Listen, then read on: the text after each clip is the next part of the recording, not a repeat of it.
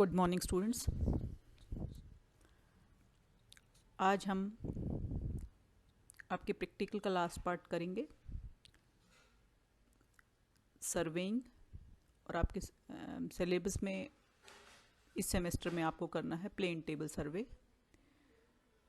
तो plane table सर्वे के बारे में अभी बताएंगे कि प्लेन टेबल सर्वे पहले बात करेंगे सर्वे क्या होता है, प्लेन टेबल सर्वे में कौन से इंस्ट्रूमेंट हम यूज़ करते हैं और कैसे करते हैं।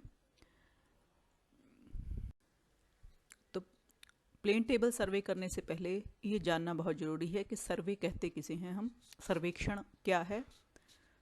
तो सर्वेक्षण वह कला है इसके अंतर्गत हम मुख्य रूप से 4 काम करते हैं।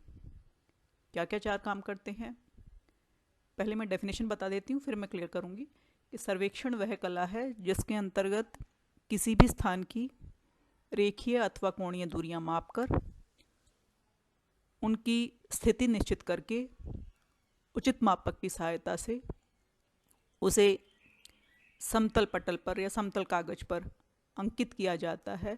तो उस कला को, उस विधि को हम सर्वेक्षण के नाम से जानते हैं। तो सबसे पहले जो है हम ग्राउंड में जाते हैं।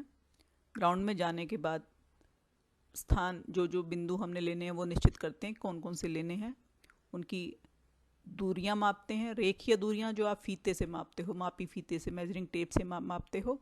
और एंगुलर डिस्टेंसेस जो आप कंपास से मापते हो, प्रिज्मेटिक कंपास। अब की बार नहीं है आपके सिलेबस में, नेक्स्ट सेमेस्टर में है। तो अभी तो हमने रेखीय दूरियां ही मापनी है प्लेन टेबल सर्वे में। तो ये दूरियां हमने माप ली।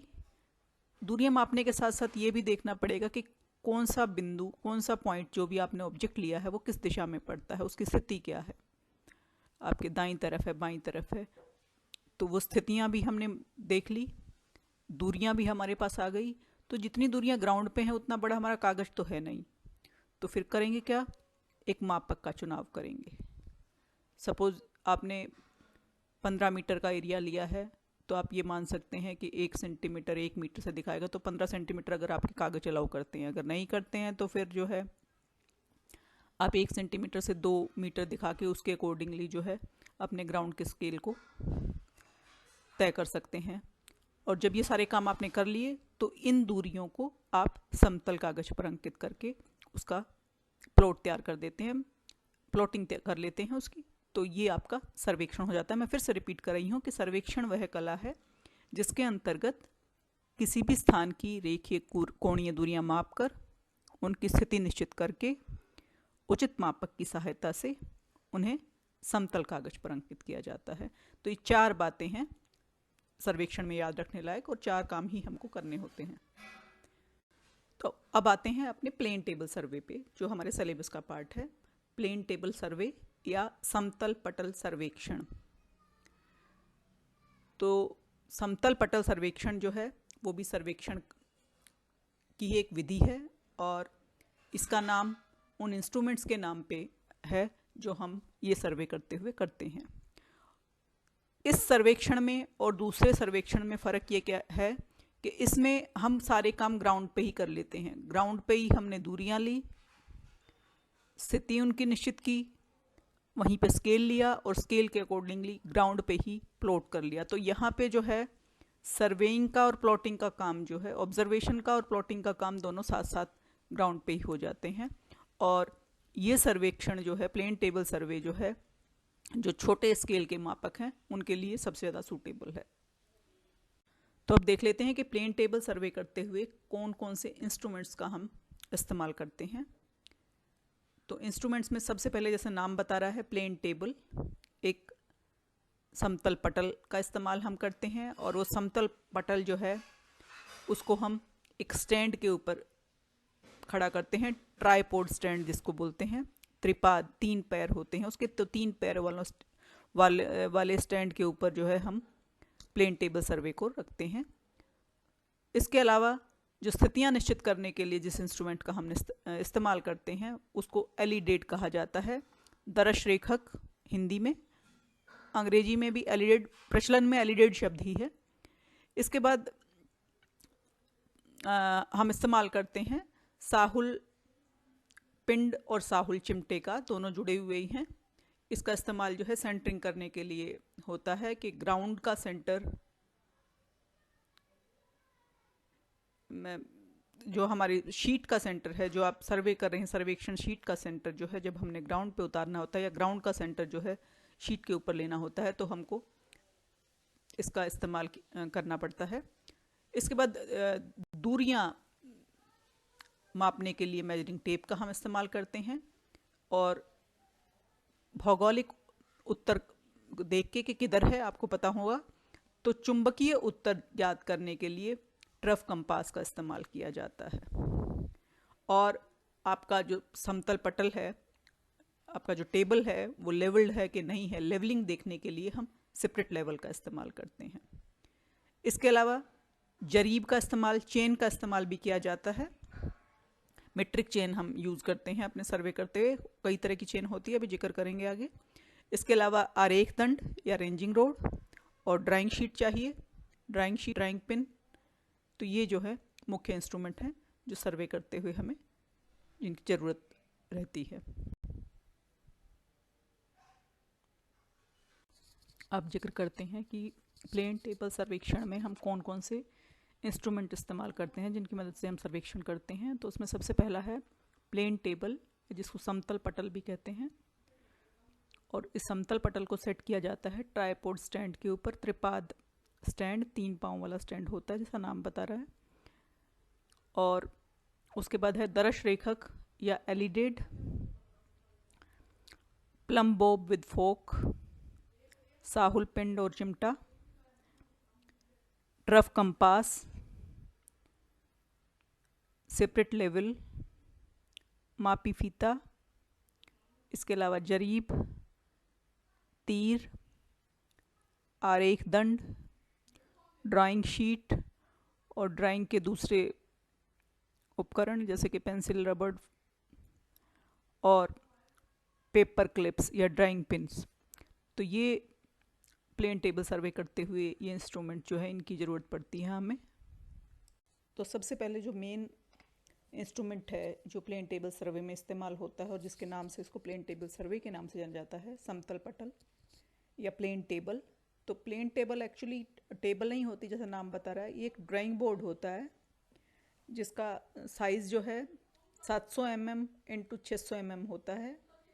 और ये ड्राइंग बोर्ड जो है ये अच्छी किस्म की लकड़ी का बना हुआ होता है, टीक, पाइन या देवदार की लकड़ी का बना हुआ होता है।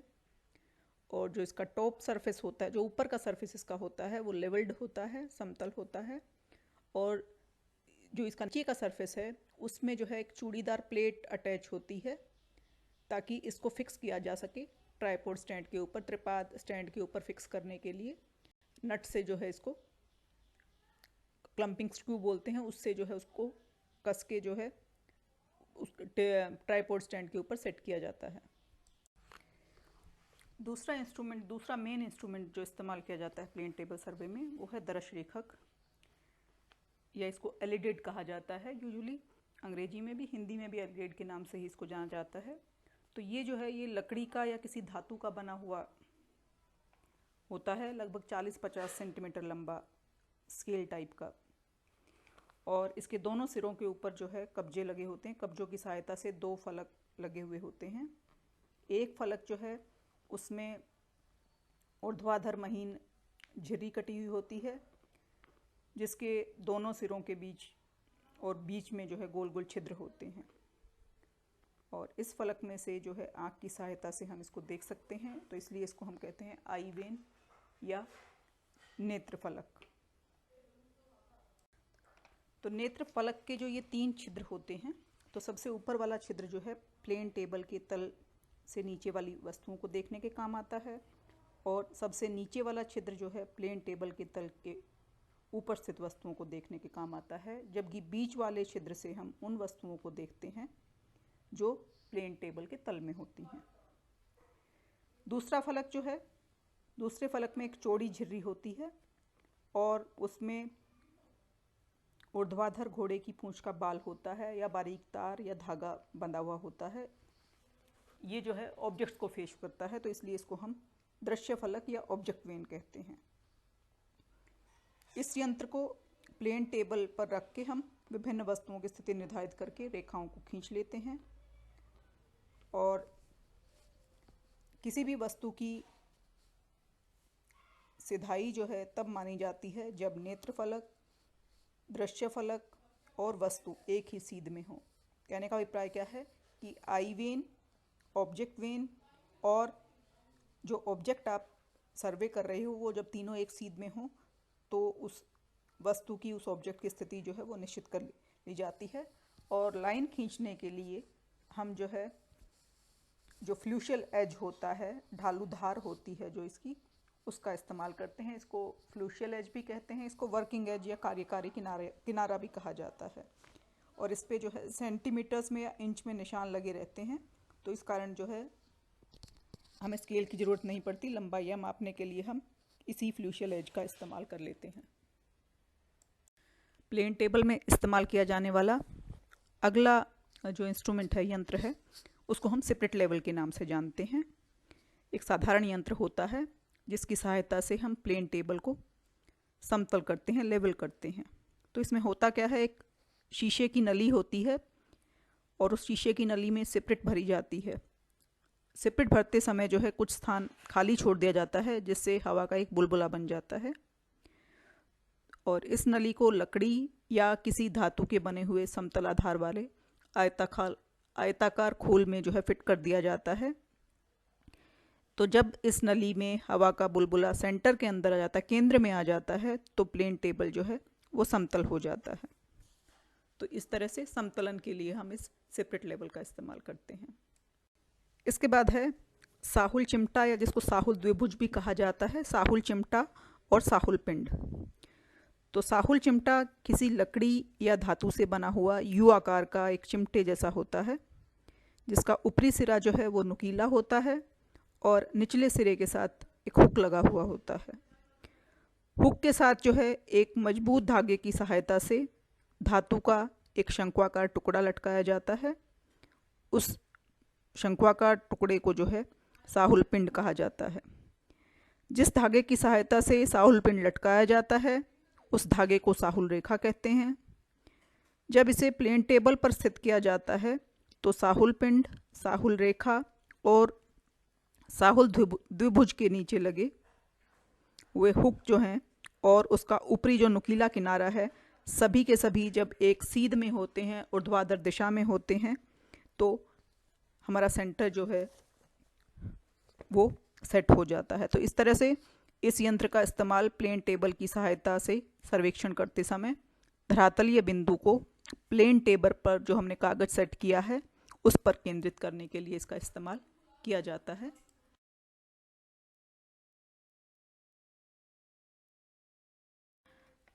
ट्रफ कंपस एक डिबिया कंपस, इसको बॉक्स कंपस भी कहते हैं, डिबिया कंपस भी कहा जाता है इसको। और सर्वेक्षण करते समय इसकी सहायता से हम चुंबकीय उत्तर दिशा को निश्चित करते हैं। यह जो है वो पीतल या एल्यूमिनियम जैसी अलोह धातु की बनी हुई आयताकार डिबिया की तरह होता है जिसके ऊपर कांच का एक ढक्कन होता है। इस डिबिया के केंद्र पर जो है एक पाइवट पिन की नोक पर चुंबकीय सुई जो है वो टिकी रहती है और इस चुंबकीय सुई के एक सिरे पर अंग्रेजी का एन अक्षर लिखा होता है। एक नोब होता है, उस नोब की सहायता से वो सुई कंट्रोल होती है। इसको हम खुला छोड़ देते हैं तो ये सुई जो है जहाँ पे एन लिखा होता है वो सदैव चुंबकीय उत्तर की तरफ संकेत करती है। और एक, जैसे हमने बताया कि एक नोब या ब्रेक पिन भी लगी होती है, तो जब इस नोब को हम कस देते हैं तो चुंबकीय सुई के नीचे लगी हुई जो लिफ्टिंग लीवर है उसको वो ऊपर उठ जाती है और चुंबकीय सुई जो है वो कांच के ढक्कन के साथ टिक जाती है और स्थिर हो जाती है। और जब नोब को हम ढीला कर देते हैं तो चुंबकीय सुई जो है डिबिया के दोनों सिरों पर लगे अशांकित चापों में स्वतंत्र रूप से घूमने लग जाती है। जब हम इसका इस्तेमाल करते हैं तो नोब को ढीला छोड़ देते हैं और जिस ओर सुई की नोब डिबिया के किनारे से टकराती है, उसी ओर डिबिया को हम तब तक घुमाते हैं जब तक कि सुई की दोनों नोकें जो हैं वो अशांकित चापों पे लिखा हुआ है 0, तो जब तक 0 पर ना आ जाए तब तक जो है उसको धीरे धीरे घुमाते रहते हैं। और जब ये सेंटर में आ जाती है 0 पर, तो हमारी चुंबकीय उत्तर दिशा जो है वो निर्धारित हो जाती है। मापी फीता, जैसा कि नाम बता रहा है, इसका प्रयोग जो है हम रेखीय दूरियां मापने के लिए करते हैं सर्वेक्षण करते समय, और विभिन्न लंबाइयों का ये होता है। पर सामान्यतः जो हम इस्तेमाल करते हैं तो 30 मीटर या 15 मीटर या 30 मीटर का मापी फीता हम इस्तेमाल करते हैं।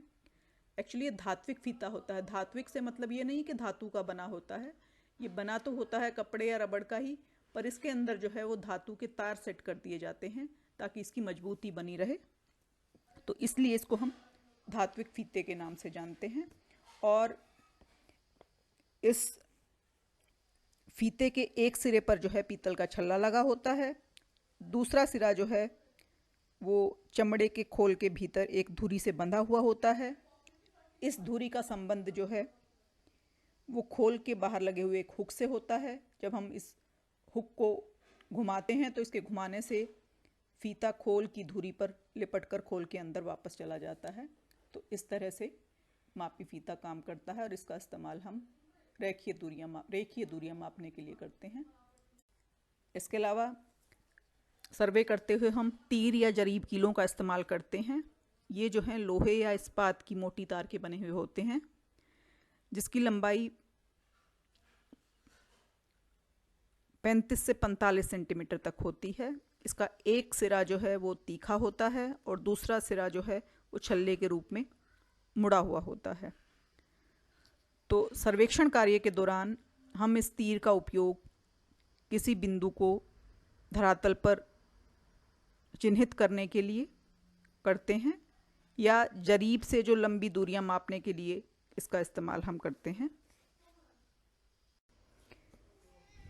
रेंजिंग रोड या आरेख दंड, इसको हम सर्वेक्षण दंड भी कहते हैं, इसको लाइनिंग रोड भी कहा जाता है, और फ्लैग पोल या ध्वज दंड भी जो है इसे कहा जाता है। ये बांस, लकड़ी या लोहे की छड़ होती है और इसकी लंबाई साधारणतः 6 फुट होती है।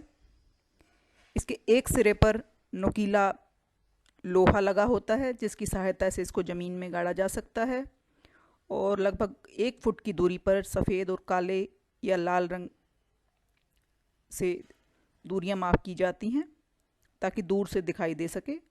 और सर्वेक्षण करते समय इसका प्रयोग सीमाएं स्थापित करने के लिए किया जाता है।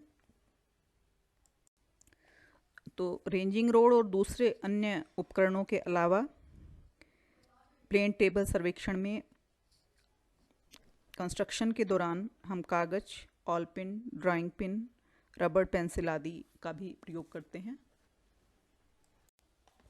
तो सर्वेक्षण करते समय हमें कुछ एक पहले कार्य करने होते हैं। सबसे पहले तो एक रफ स्केच बनाना होता है हमको उस स्थान का जहाँ का हम सर्वेक्षण करना चाह रहे हैं। सर्वेक्षण शुरू करने से पहले क्षेत्र में जाकर वहाँ का एक विस्तृत रफ स्केच जो है, कच्चा आलेख जो है वो तैयार किया जाता है, जिसमें जिन जिन स्थानों का हम सर्वे करना चाह रहे हैं, जिन जिन पॉइंट्स का हम सर्वे करना चाह रहे हैं, उनको नोट कर लेते हैं, और आवश्यकता पड़ती है तो वहाँ पे हम रेंजिंग रोड गाड़ देते हैं और इनको विभिन्न नामों से जो है हम चिन्हित कर लेते हैं। इसके बाद रफ स्केच तैयार करने के बाद जो है प्लेन टेबल को हमको सेट करना होता है, और प्लेन टेबल को सेट करने के लिए हमको 3 प्रोसेसेस करनी होती हैं। सबसे पहला काम हमको लेवलिंग करनी होती है, सेंटरिंग करनी होती है और ओरिएंटेशन करना होता है। तो सेंटरिंग करने के लिए जो है हम साहुल चिमटे और साहुल पिंड का इस्तेमाल करते हैं। प्लेन टेबल पर लगे हुए बिंदु को जो है प्रदर्शित धरातल पर स्थित बिंदु के केंद्रण के लिए हम साहुल पिंड को ले जाते हैं, और जो नुकीला हिस्सा होता है उसको प्लेन टेबल की तरफ, और जिसके धागा बंधा हुआ होता है उसको ग्राउंड की तरफ हम जो है वो रखते हैं, और जो साहुल पिंड जो है उसको नीचे लटका देते हैं। तो साहुल चिमटे का जो ऊपरी नुकीला सिरा है वो मानचित्र पर स्थित बिंदु पर रखकर साहुल पिंड को हम नीचे लटकाकर प्लेन टेबल को हम इधर उधर घुमाते हैं कि साहुल पिंड ठीक धरातलीय बिंदु पर टिक जाए। तो जब वो टिक जाता है तो इस स्थिति में हमारे प्लेन टेबल का केंद्रण हो जाता है, उसकी सेंटरिंग हो जाती है। दूसरा काम है लेवलिंग करना या समतलन करना। तो समतलन करने के लिए हम सेपरेट लेवल की मदद लेते हैं। तो इसमें करते क्या हैं, प्लेन टेबल को जो है उसका जो क्लम्पिंग स्क्रू से हमने टाइट कर रखा था ट्राइपॉड स्टैंड पे, उसको थोड़ा सा ढीला कर देते हैं और त्रिपाद स्टैंड पर जो है इस टेबल को हम इस तरह से घुमाते हैं कि उसका एक किनारा त्रिपाद स्टैंड की किन्हीं दो टांगों को मिलाने वाली कल्पित रेखा के समानांतर हो जाए। फिर सेपरेट लेवल को इस किनारे पर रखकर इन दोनों टांगों को हम इस तरह से ऊपर नीचे करते हैं कि सेपरेट लेवल का बुलबुला जो है केंद्र में आ जाए। और जब ये केंद्र में आ जाता है तो हम जो है क्लैंपिंग स्क्रू को, पेच को कस देते हैं और टेबल को सेट कर लेते हैं। तो इस तरह से हम तीनों टांगों के मध्य अपनी शीट के ऊपर जो है रख के हर दिशा से समतलन करने का प्रयास करते हैं। और जब समतलन हमारा हो जाता है तो टाइट कर देते हैं हम स्क्रू को, प्लेन टेबल को। और ये जो है वो सर्वेक्षण के लिए हम लगभग तैयार हो जाते हैं। एक प्रोसेस और रह गई है। तो जो प्रोसेस रह गई है वो है ओरिएंटेशन या दिक् विन्यास। तो प्लेन टेबल को वांछित दिशा में स्थापित करने की प्रक्रिया को हम दिक् विन्यास कहते हैं। तो शुरू में तो प्लेन टेबल की लंबाई को क्षेत्र की लंबाई की दिशा में हम रखते हैं। बाद में बिंदुओं पर जाकर प्लेन टेबल पर अंकित रेखाओं को धरातल के जो कल्पित रेखाएं हैं उनके अनुरूप समानांतर रख के दिक् विन्यास करते हैं। तो दो प्रक्रियाएं जो हैं इसमें हम इस्तेमाल करते हैं ओरिएंटेशन करने के लिए या दिक् विन्यास स्थापित करने के लिए। तो पहली प्रक्रिया है वो है मैग्नेटिक नीडल या ट्रफ कंपास से हम चुंबकीय उत्तर ज्ञात करते हैं।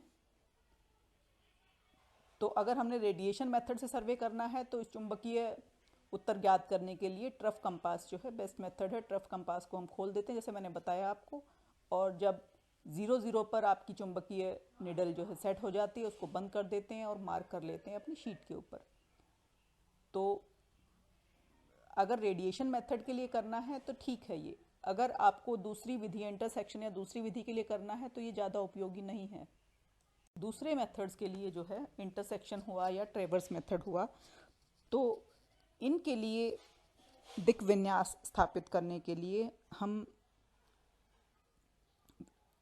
विभिन्न बिंदुओं पर जाकर प्लेन टेबल पर अंकित रेखाओं को धरातल के तदानुरूप कल्पित रेखाओं के समानांतर रखने की प्रक्रिया को हम पूरा करते हैं। इस प्रक्रिया में करते क्या हैं, हम टेबल का पेच ढीला करके प्लेन टेबल को दाएं बाएं घुमाते हैं बेसिक बेस लाइन पे सेट करके। और जब ये सारी चीज़ें एक सीध में हो जाती हैं तो हमारी रीओरिएंटेशन हो जाती है। तो बेस्ट मेथड है। तो ये था कि प्लेन टेबल क्या होता है, कौन कौन से इंस्ट्रूमेंट किस तरह से हम इस्तेमाल करते हैं इसमें, और कौन कौन सी प्रोसेसेस फॉलो करते हैं इसको करने के लिए हम। तो हमने जो है 3 विधियों से करना है, रेडिएशन मेथड या विकिरण विधि से, और जी प्रतिच्छेदन विधि से इंटरसेक्शन मेथड से, और ट्रेवर्स मेथड से संक्रमण विधि से। तो एक एक करके जो है नेक्स्ट लेक्चर्स में ये डिस्कस करेंगे। Thank you.